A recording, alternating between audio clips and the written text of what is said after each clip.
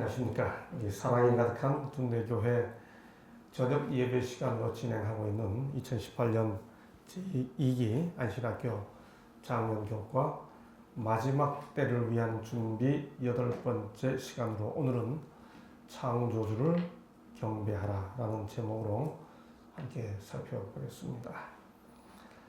이 제목으로 우리는 우리 재림 교인들에게 너무도 익숙하고 너무도 잘 알고 있는 요한계시록 14장 6절 7절에 기록되어 있는 세 천사의 기별, 그 중에서도 첫째 천사의 기별을 함께 살펴보게 되겠습니다.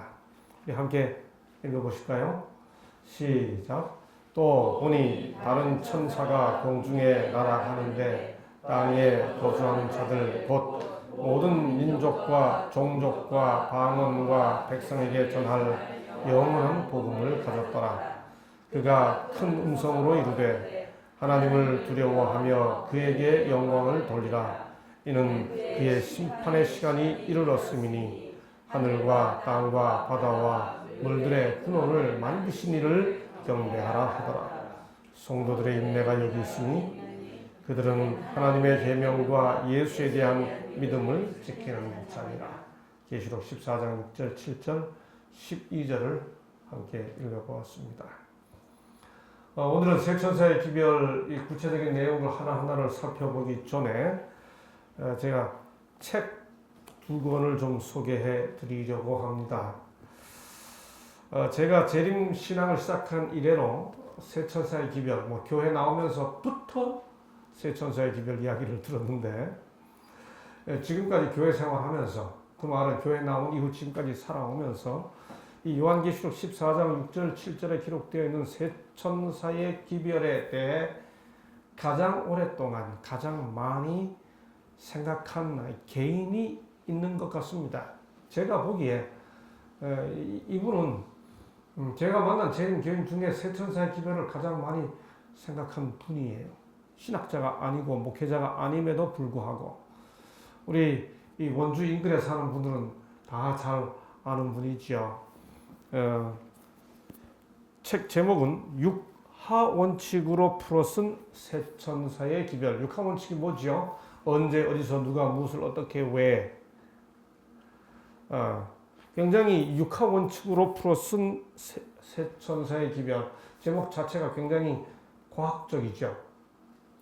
신앙적 주제를 따박따박 언제, 어디서, 누가, 무엇을, 어떻게, 왜 라고 하는 과학적 법칙으로 풀어나가겠다고 하는 의도가 아주 제목에서부터 담겨 있죠. 굉장히 변증적이겠죠. 세 천사의 기별을 풀어 쓴 책이 이게 대략 한 400페이지에 이르는 책이 2권입니다. 1권, 2권으로 되어 있어요. 2권의 책으로 저술했습니다.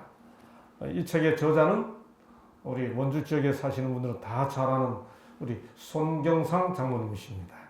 우리 상하치과 원장님이신 손경상 원장님. 이분은 다 잘 아시는 대로 목회자의 자녀입니다. 우리 제가 대학 다닐 때 당시 대학에 근무하셨던 손은수 목사님의 큰 아드님이시죠. 그게 쭉 목회자의 아들로 모태 재림 교인으로 자라오다가 이제 고등학교 한산문 고등학교를 졸업하고 서울대 치대를 가죠. 이제 드디어 처음으로 세상을 만납니다.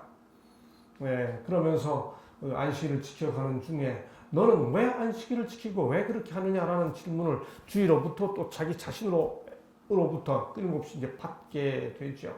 그런 중에 나름대로 꽤 본인으로서는 황당하기도 하고 당황스러우면서 잊어버릴 수 없는 한 경험을 하게 됩니다. 본과 4학년일 때 선배, 어떤 여학생 선배가 그에게 아주 친절하게 다가옵니다. 그러면서 너 안식일 교인이었다면서, 안식일 교회 다닌다면서 하면서 눈물이 글썽글썽합니다.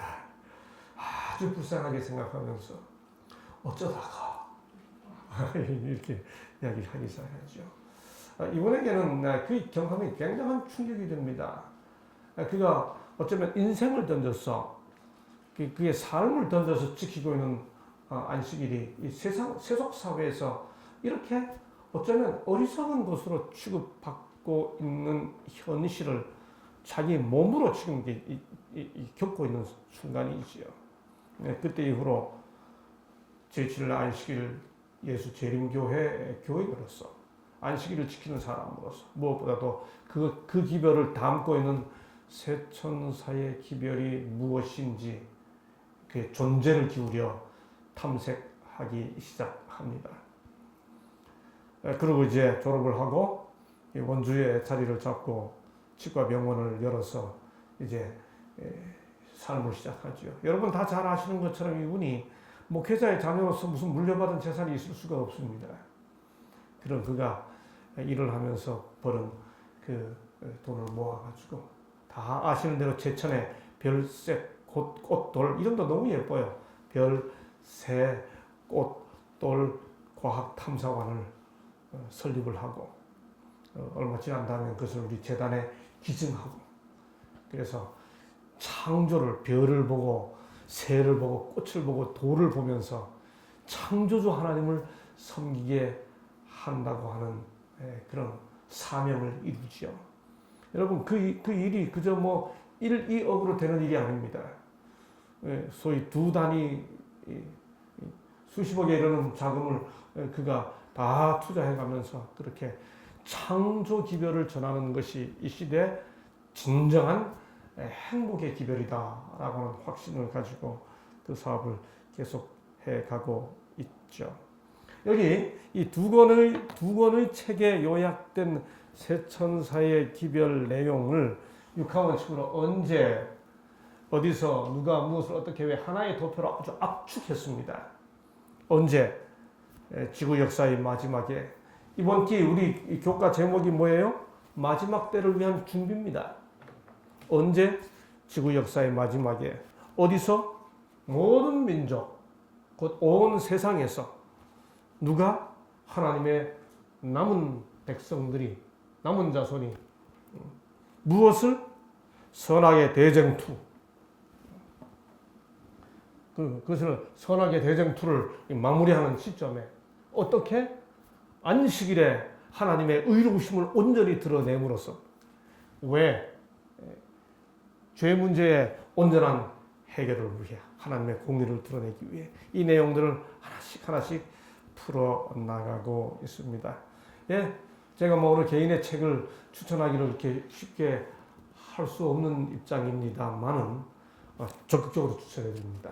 정말 이 한 개인이 그의 전 존재를 기울여 삶을 기울여 창조주 하나님을 증거하기 위해 집필한 이분이 이것을 증명하고 또 세상 사람들에게 좀 더 잘 권위 있게 알리기 위해 그 바쁜 그 진료 중에 아시잖아요. 우리 이분이 치과 의사인데 시간을 내서 또 한 대학을 다니면서 철학을 전공해서 박사학위까지 받았죠. 그렇게 하면서 이 기별을 전하고 있습니다. 어쩌면 제가 이렇게 이번 교과를 준비하면서 그 내용이 잘 압축되어 있는 이걸 또 풍성하게 펼쳐놓은 것이 이 내용이 아닌가 그런 생각이 들었습니다. 먼저 본문 그대로 살펴보게 되면 이 기별은 누구에게 전합니까? 본문 자체가 대답을 하고 있죠. 또 보니 다른 천사가 공중에 날아가는데 누구에게? 땅에 거하는 우리 개정개혁은 거주하는 자들 곧 모든 민족과 종족과 방언과 백성에게 전하겠습니다. 여기 모든 민족과 종족과 방언과 백성이라는 이 의미는 뭐예요? 한마디로 말하면 전에 우리가 익숙하게 읽었던 한글 개혁 성경에 의하면 땅에 거하는 자들 곧 여러 나라와 족속과 방언과 백성 이렇게 표현하죠. 우리 요한계시록을 읽어보게 되면 이 방언, 족속, 나라라고 하는 단어의 순서를 바꾸어가면서 보편성, 그야말로 어느 집단이나 어느 그룹에게만 해당되는 기별이 아니라 이 땅에 거하는 모든 사람들에게 전해진다고 할 때 표현하는 보편성을 강조해주는 표현이 있습니다. 볼까요? 습관적 표현이죠. 요한계시록 7장 9절에 각 나라와 족속과 백성과 방언. 10장 11절에 많은 백성과 나라와 방언과 임금, 11장 9절에 백성들과 족속과 방언과 나라, 13장 7절에 각 족속과 백성과 방언과 나라, 17장 15절에 백성과 무리와 열국과 방언들. 우리 교과책에 나와 있지 않습니다만 요한계시록에 나오는 이런 습관적 표현들은 다 무엇을 가리키는가 하면 어떤 구별된 소수의 무리들이거나 어떤 소수의 그룹에게만 해당되는 기별이 아니라 모두에게, 이 지구에 보편적으로 해당되는 기별이라고 하는 사실을 이 요한계시록 14장 6절에 천사의 기별이 전해지는 대상을 언급하는 중에서 나타내주고 있는 거죠. 여러분, 그러므로 새 천사의 기별은 재림 교인들이 그들만 가지고 있으라고 전해지는 기별이 아닙니다. 그 기별은 이 소위 전해야 할 대상, 보편적 대상을 통해 이미 무엇을 나타내주고 있는가 하면 반드시 보편적으로 전해지고 나누어져야 할 기별이라고 하는 사실을 이 표현 자체가 담고 있는 것이죠.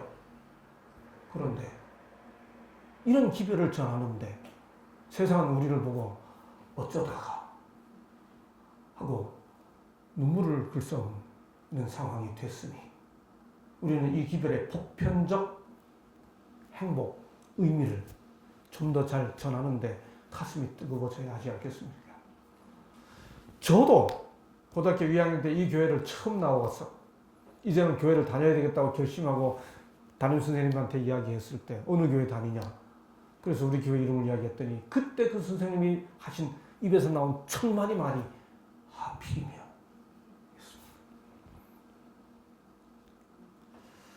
여러분, 이 기별은 전해야 할 대상 자체가 뭘 말해주는가 하면 그 기별의 보편성을 이미 담고 있는 것이죠.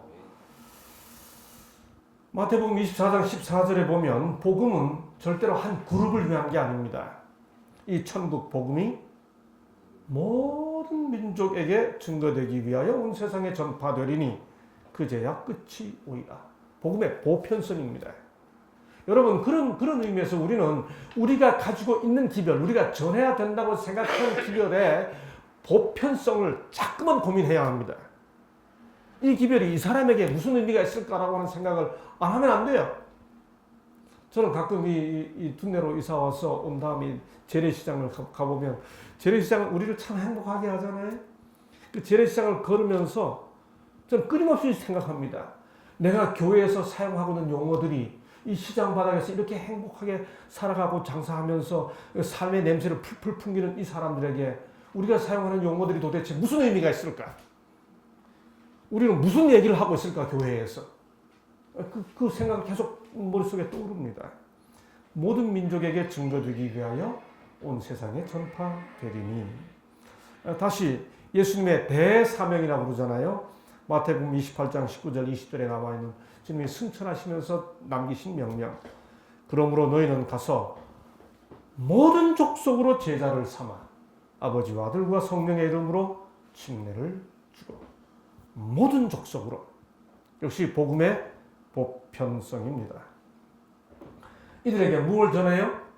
요한계시록 14장 6절 본문 자체가 모든 나라와 족속과 백성과 방언에게 무엇을 전해요? 영원한 복음을 가졌더라. 전해야 할 내용은 영원한 복음입니다. 우리 교과책은 이 영원한 복음을 설명하면서 한편 강도를 설명해 줍니다. 무슨 상관관계가 있을까?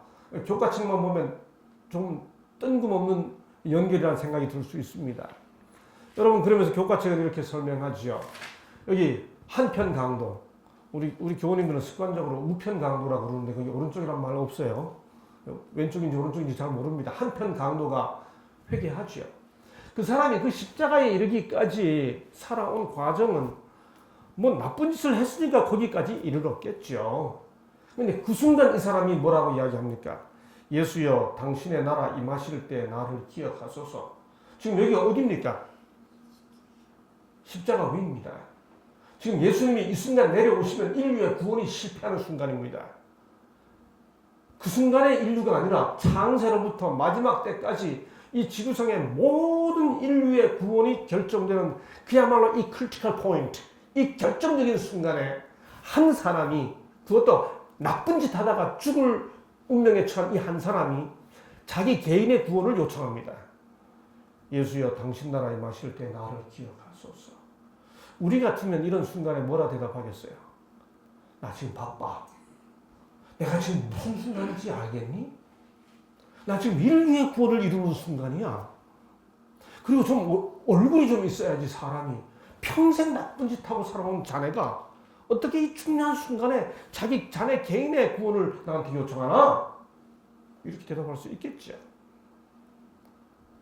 여러분, 그런데 이 강도가 십자가 위에 창세로부터 마지막 때까지 인류의 구원이 결정되는 이 엄청나게 중요한 결정적 순간에 당신의 나라에 마실 때 나를 기억하소서라는 요청에 대해 주님이 내가 이 순간 내게 이르노니 내가 나와 함께 낙원에 있으리라 라고 대답해 주시죠.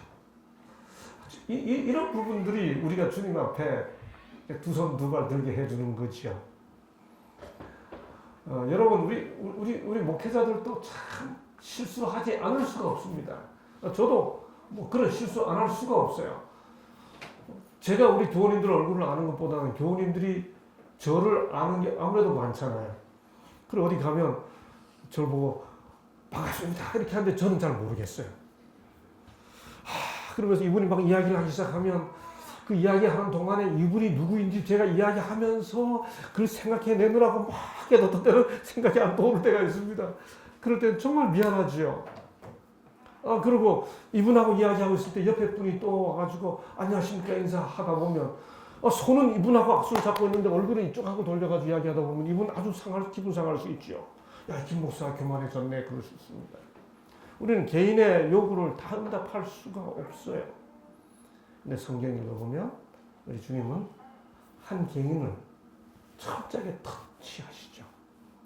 개인의 마음을 다 터치하시면서 응답해 주시고 이 순간이 이 사람에게 평생 그렇게 살아오면서 십자가에 달린 그 사람에게도 이렇게 응답하신 주님의 품성, 그것이 복음이죠. 네, 그런 의미에서 새 천사의 기별이 영원한 복음이라고 설명될 때 그 복음을 아주 실증적으로 보여주는 한 사례가 이거다라고 이 교과 저자는 생각한 것입니다. 우리가 이런 기별을 지금 전해야 된다고 하는 거죠. 그 복음의 내용이 뭔가요? 그 복음의 내용을 설명해 주는 것이 7절부터 시작됩니다. 이제 말하기 시작하잖아요. 그가 큰 음성으로 이르되, 함께 읽습니다. 시작. 그가 큰 음성으로 이르되 하나님을 두려워하며 그에게 영광을 돌리라. 이는 그의 심판하실 시간이 이르렀음이니 하늘과 땅과 바다와 물들의 근원을 만드신 이를 경배하라 하더라. 전해야 할 영원한 복음, 나라와 족속과 백성과 방언, 온 세상 보편적으로 전해져야 할 이 시대의 기별, 그것이 뭔가 하면 하나님을 두려워하며 그에게 영광을 돌리라는 거죠. 7절은 영원한 복음, 그 복음 중에서도 마지막 때, 우리가 지금 이 마지막 때를 위한 준비라는 제목으로 이번 기 공부를 하고 있으니까 마지막 때라는 그 타임 세팅, 그 시간적 상황 속에서 전해져야 할 기별의 내용이 무엇인지를 설명해 주는 것이 7절입니다. 이것은 이 시대에 전해질 영원한 복음의 내용이죠. 그 첫 번째 내용이 하나님을 두려워하라는 것. 두려워하라는 말이 뭔가요? 존경하라는 말인가요? 오늘 스승의 날인데 요즘엔 스승이 없어서 스승의 날인데 다 선생도 못 돼가지고 선생의 날도 안 된다. 선생님들이 스승의 날 없애자고 스스로 이렇게 선생님들이 이야기하고 불편해가지고 그런다고 그러지요. 저도 아침에 이제 이렇게 아침부터 눈 뜨면서 하루를 시작했는데, 뭐 해외에 가서 목회하고 있는 우리 제자들, 또 뭐 선교사하고 있는 제자들, 학생들이 이렇게 전화해가지고, 교수님, 오늘 스승의 날이라고 전화했습니다. 아침부터 이렇게 전화 받으면 기억해서 전화해준 학생들 참 고맙지요. 두려워하라는 말이 무슨 말인가요? 그렇게 스승을 존경하듯이 존경하라는 말인가요? 그런 의미가 있을 겁니다. 근데 그것만은 아니죠.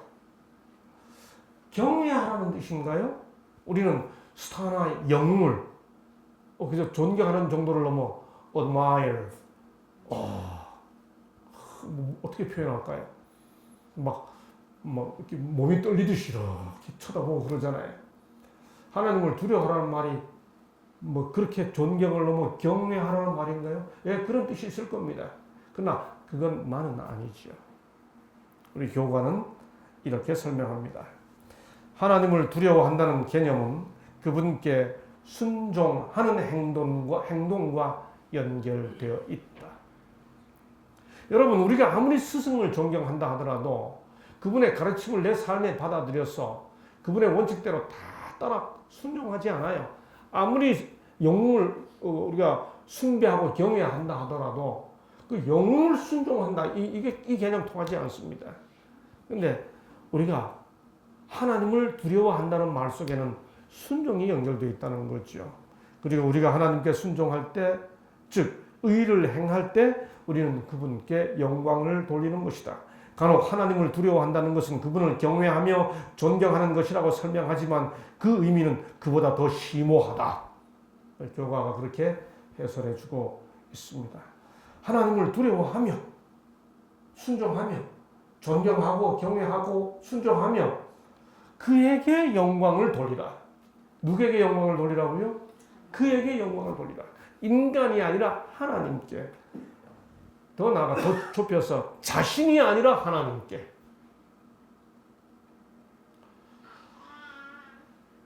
나 할 것 없이 사람은, 죄된 성향의 사람은 다 공로를 자기에게 돌리는 죄된 성향과 경향을 가지고 있죠. 그런 세상을 향해 하나님께 영광을 돌리다. 이게 이 마지막 시대를 위해 전해져야 할 영원한 복음의 내용이라는 거죠. 하나님께서는 당신께 영광을 돌리고자 노력하고 자기 자신에게 영광을 돌리거나 그들 스스로를 앞세우기보다 하나님의 사업을 발전시키고자 애쓰는 겸손한 사람들을 택하실 것이다. 하나님께서는 세속적인 지혜를 가진 사람보다는 하나님과 연결되어 하늘에서 오는 힘과 권면을 구하는 사람들을 높이실 것이다. 과학처럼 우리가 외워야 하고 우리 삶에 실천하기 위해 끊임없이 되새겨야 할 귀한 기별이죠. 자신에게 영광을 돌리거나 그들 스스로를 앞세우기보다 하나님의 사업을 발전시키고자 애쓰는 겸손한 사람들을 택하실 것이다. 이어서 이 시대의 영원한 복음은 이렇게 말합니다. 이는 그의 심판하실 시간이 이르렀으니. 여러분, 심판이 가까웠다는 사실이 복음이 될 수 있는 사람들은 어떤 사람들일까요? 예? 심판이 반가운 사람들은 어떤 사람들이 심판이 반가울까요? 예. 억울한 것이 많은 사람, 억울한 것이 많은 사람들에게는 심판이 복음입니다. 그렇죠? 뭐 누명을 쓰고 있는 사람들. 또 어떤 사람들에게 심판이 반가울까요? 예? 심판이 연기되고 이런 게 답답하고 속상하고 빨리 심판했으면 좋겠다는 생각. 그런 사람들은 어떤 사람들이 심판이 반가워요? 죄가 없는 사람들. 죄가 없는데 엮인 사람들. 그렇죠? 더 나아가 죄를 용서받았는데 그 용서받았다는 사실이 공적으로 확인되기를 기다리는 사람들, 빨리 재판돼서 자기가 딱 결정돼야 자기가 죄를 다 용서받았다는 사실이 확인될 때 기다리겠죠. 여러분, 그런데 이렇게 개인의 세속적인 심판, 법정에서의 심판으로만 생각할 게 아니고 하나님의 심판은 지구의 해방 개념이 있잖아요. 그래서 우리 교과책은 번역을 하면서도 우리 한국적 상황에 맞춰서 이런 비유를 들었습니다. 대한민국이 일제 지배를 받을 때, 일제 치하 지배로부터 해방을 기다리는 사람들은 어떤 사람들이었어요? 적어도 친일파를 제외한 모든 사람들이 다 기다렸을 겁니다. 해방이 두려운 사람들은 친일파였을 거예요. 그렇죠? 독립군들은 말할 것도 없고, 여러분, 저는 여기서 우리 교과책이 설명하고 있는 내용을 조금 더 나아가 보려고 합니다. 교과책은 뭐 일제에 빌붙었지 않았던 사람들은 다 해방을 기다렸을 것이다 이렇게 말하는데 맞죠. 그런데 심지어 연약해서 속으로 그 일제 지배하에서 어쩌다가 일본말을 쓰면서 살아갔던 백성들마저도 진실로 해방을 기다렸죠. 그렇죠?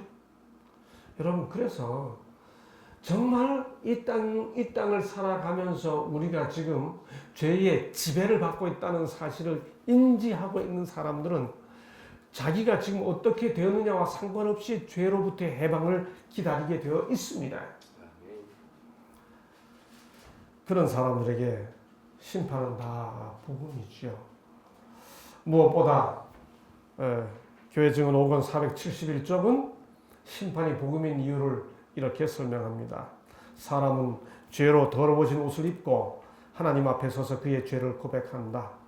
그러나 우리의 중보자이신 예수님은 회개와 믿음으로 그들의 영혼을 지켜주도록 그들을 변호하시고 갈바리의 강한 논증에 의하여, 이 번역이 저는 참 마음에 듭니다.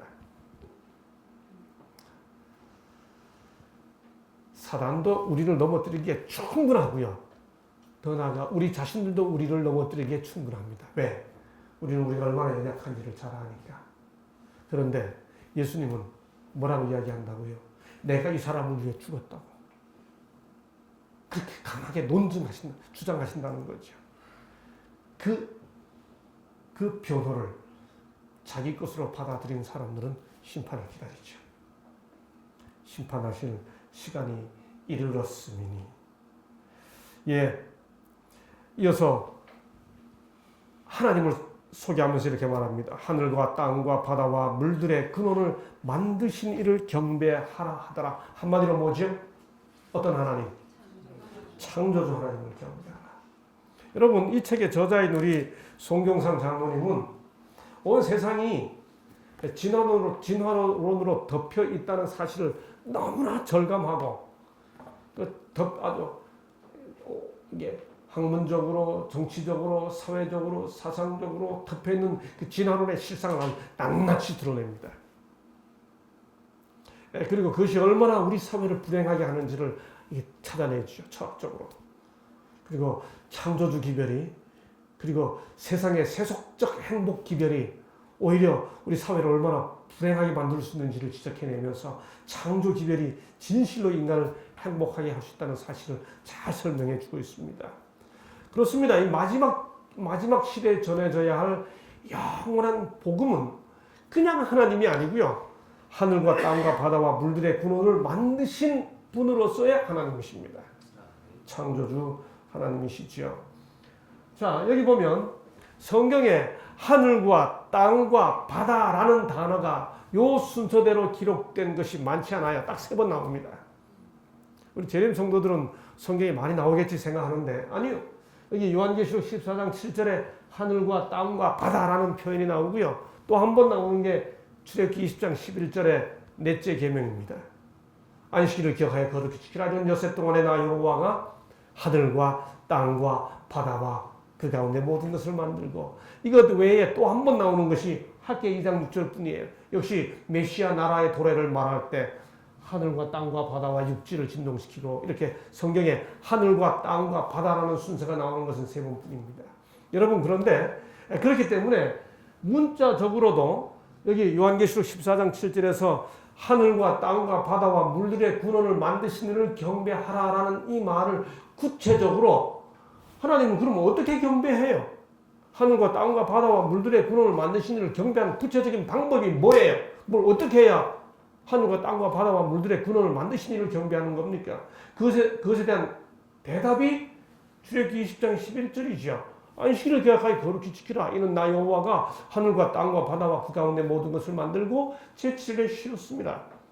그러므로 우리는 이 땅에 마지막으로 전해져야 하는 영원한 복음으로서의 창조주 기별, 그 창조주 기별의 구체적인 표현이, 실현이 창조의 기념일인 안식일을 지킴으로써 하늘과 땅과 바다와 그 가운데 모든 것을 만드신 하나님을 경배하는 것임을 알게 되는 것이죠. 그러므로 안식일 준수는 단순하게 예배일의 차이가 아니에요. 이건 창조주 하나님을 섬기느냐 아니냐, 창조 신앙을 회복하느냐 아니냐라고 하는 것의 결정적인 가치관의 차이이지 단지 예배일의 차이가 아닙니다. 그렇죠?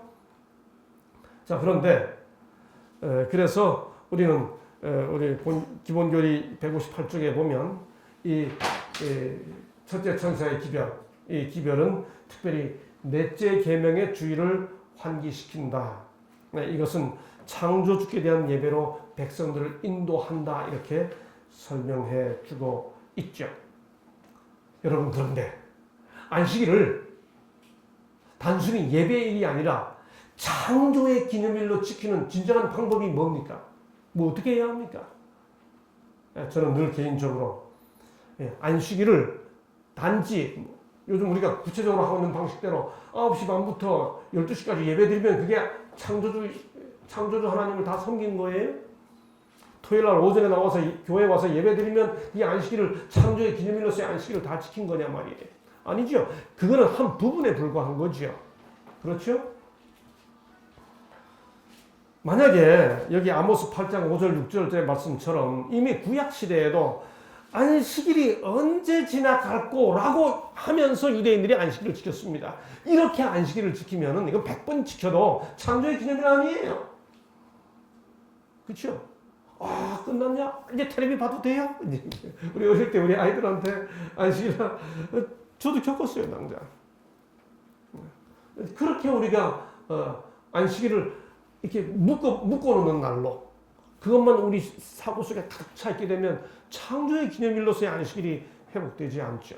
저는 창조의 기념일로서의 안식일 준수에 대한 가장 혁명적 방법은 예수님 자신에 의해 이미 제시되었다고 늘 생각합니다. 가장 결정적인 표현이 요한복음 5장 17절이죠. 함께 읽으시겠습니다. 시작. 예수께서 그들에게 이르시되 내 아버지께서 이제까지 일하시니 나도 일한다. 이게 안식일 있었던 일입니다. 여러분, 이건 유대인들이 받아들일 수 없는 표현입니다. 이거 유대인들 뒤집어지게 만드는 표현입니다. 너 왜 안식일에 이런 일 해? 라고 물으니까 38년 된 병자가 자리 들고 가다가 나 예수님이 이렇게 하라고 그랬는데요? 이렇게 하니까 예수님이 너 어찌하여 이런 일을 시켰냐고 물으니까 그때 하는 말, 아버지께서 일하시니 나도 일한다. 여러분, 안식일에 뭘 안 해야 된다고 생각하고 있는 유대인들의 사고의 혁명적 뭐라고 할까요? 표현이죠. 안식일에 뭘 일하신다고 대답하신 거죠. 예수님이 38년 된 병자 보고 자리를 들고 걸어가라고 말했죠. 이날이 안식일이었죠. 여러분, 시대의 소망 205쪽, 206쪽은 기가 막힌 설명이 있죠. 예수께서는 안식일을 축복은커녕 저주가 되게 만든 이 무거운 짐이 되는 요구 사항들로부터 안식일을 자유롭게 하려고 오셨다. 예수께서는 이런 이유로 베데스다 치유의 일을 행하시는 날로 안식일을 선택하셨다. 여러분, 이 사람이 38년 앓았다는 사실은 응급 환자가 아니라는 뜻입니다. 그러니까 꼭 안식일 안 지켜도 돼요. 안식일 고쳐주지 않아도 됩니다. 하루 지나서 일요일 해도 되고 월요일 해도 아무 상관없어요. 근데 주님은 38년 된 만성 환자를 안식일에 고쳐주셨어요. 일부러. 왜 그랬나요? 주일 중 다른 날에도 마찬가지로 병자를 고치실 수도 있었을 것이다. 또 그 병자에게 자리를 가지고 가라고 명령하지 않으시고 단순히 고쳐주기만 할 수도 있었을 겁니다. 그런데 주님은 그날 이 사람에게 자리 들고 가라고 시켰습니다. 이게 의도적이었죠. 이후 사건은 예수님이 이 사람 고쳐줬다는 걸로 끝나지 않고 자리 들고 가는 문제 때문에 안식일 문제로 바뀌죠. 유대인들이 묻습니다. 안식일에 내가 자리 들고 가는 것이 옳지 않다. 병자가 나를 낫게 한 그 사람이 자리 들고 가라 그랬는데요. 유대인들이 묻습니다. 너에게 자리 들고 가라는 사람이 누구냐? 예수님인데요. 그래서 그 다음 보세요. 16절. 그러므로 안식일에 이러한 일을 행한다 하여 유대인들이 예수를 박해하게 된지라. 기억하십시오. 예수에 대한 유대인들의 핍박은 안식일 준수 방법에 대한 자기들의 고집 때문에 시작이 됐습니다. 예수님은 그것을 회복시키시려고 했죠. 진정한 의미에서의 창조의 기념일로. 이지화씨는 어떻게 설명하나요? 하나님께서 태양이 안식일에 그 직무를 수행하지 못하도록 막으시고 지구를 따뜻하게 하고 초목에게 양분을 공급하지 못하도록 그 온화한 빗줄기를 차단하셔야 하는가? 하나님께서 오늘 안식일이니까 태양 중지, 돌지 마. 천체들이 성일에는 종일토록 조용히 정지하여야 하는가? 하나님께서 신의 물이 들과 숲에 물을 공급하지 못하도록 명령하시고 안식일이니까 내 물 흐르지 마. 꽃 피지 마. 그렇게 해야 되겠느냐? 여러분, 안식일에 꽃 피고 물 흐르는 거 다 하나님께서 일하시니까 이루어지는 일이죠. 이지화신 곧바로 이렇게 설명합니다. 사람도 또한 이날에 행해야 할 일이 있다. 생활에 불가결한 일은 행해져야 하며. 제가 우리 한국말 중에 제일 아름다운 말 하나가 뭐라 그랬어요? 제가 우리 군대 교우님들께 설명해 드렸죠. 그거보다 더 아름다운 말. 살림살이. 저는 살림살이란 말이 한국말 너무 아름다워요. 우리 주부들, 엄마들 살림살이 한다고 그러잖아요. 그 살림살이는 두 말이 합친 거예요. 누군가를 살림, 그러면서 살아감. 살리면서 살아감. 그게 살림살이에요. 살림살이. 생각해 보세요. 저 여자가 왜 아침에 일어나서 밥을 하는 거예요? 그냥 일어나서 밥 해가지고 평생 저한테 밥 먹여주거든요. 생각해보면 너무 고맙잖아요. 식구들 살리면서 살아가잖아요. 하나님 우리 살리면서 살아가시잖아요. 안식일은 살림살이 하는 날입니다. 사람 살리는 날이에요. 아버지께서 일하시니 나도 일한다. 안식일에 고통하는 자들을 구하기를 게을리하는 자에게 죄 없다 하지 않을 것이다. 하늘의 사업은 결코 중단되지 않으므로 사람들도 선한 일을 결코 중단해서는 안 된다. 안식일은 쓸모없는 무의, 아무것도 안 하는 시간이 되도록 의도되지 않았다. 창조의 기념일은 하나님의 창조 사역을 실현하는 것이어야 한다. 그 말입니다. 우리가 주위 사람들에게 저 안식일 교인들 토요일 오전에 모여서 예배드리고 예배만 끝나면 다시 주위 사람들하고 싸우는 사람들, 더 나아가 오전에 모여가지고 자기들끼리 싸우는 사람들, 이게 아니고 예배드리고 안식일에는 평일과는 달리 더 하나님의 모습을 드러내고 그런 모습으로 될 때 그야말로 아까 우리 선생님이 이야기해 준 것처럼 안식일을 통하여 하나님의 선하심, 하나님의 의로우심을 드러냄으로써 그렇게 창조주를 증거하는 것, 그것을 통해 영원한 복음을 보내는 거죠. 여러분, 그런데 여기 요한계시록 14장에 보면 안식일은 하늘과 땅과 바다와 그 가운데 모든 것 했는데, 하늘과 땅과 바다까지 나왔는데 계시록 14장 7절에는 하늘과 땅과 바다와 물들의 근원이라는 표현이 나오죠. 여기 볼드윈이라고 하는 우리 교회 구약학자입니다. 예. 이분이 우리 교과책에 나옵니다. 이 논문은 우리 최정벌 교수님이 번역을 했습니다. 그 번역된 문장이 우리 교과책에 인용되어 있습니다. 거기 물들의 근원이 언급된 것에 대해서 이렇게 설명했습니다. 거기 물들의 근원이라는 구절을 명시한 것은 그 구절을 통해 홍수를 떠올리게 해서 하늘과 땅과 바다와 물들의 근원을 만드신 이를 경배하라. 하나님께서 홍수를 통해 세상을 새롭게 하셨던 것처럼 이 세상을 새롭게 하시고 새로운 세상을 몰고 오실 주님을 경배하라.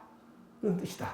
그렇게 설명하고 있는 거죠. 베드로후서 3장에서 그때 세상은 물의 넘침으로 멸망했던 것처럼 오늘 우리는 불로 멸망할 간직된 세상을 기다리고 있다 하고 베드로 사도가 고백했었잖아요.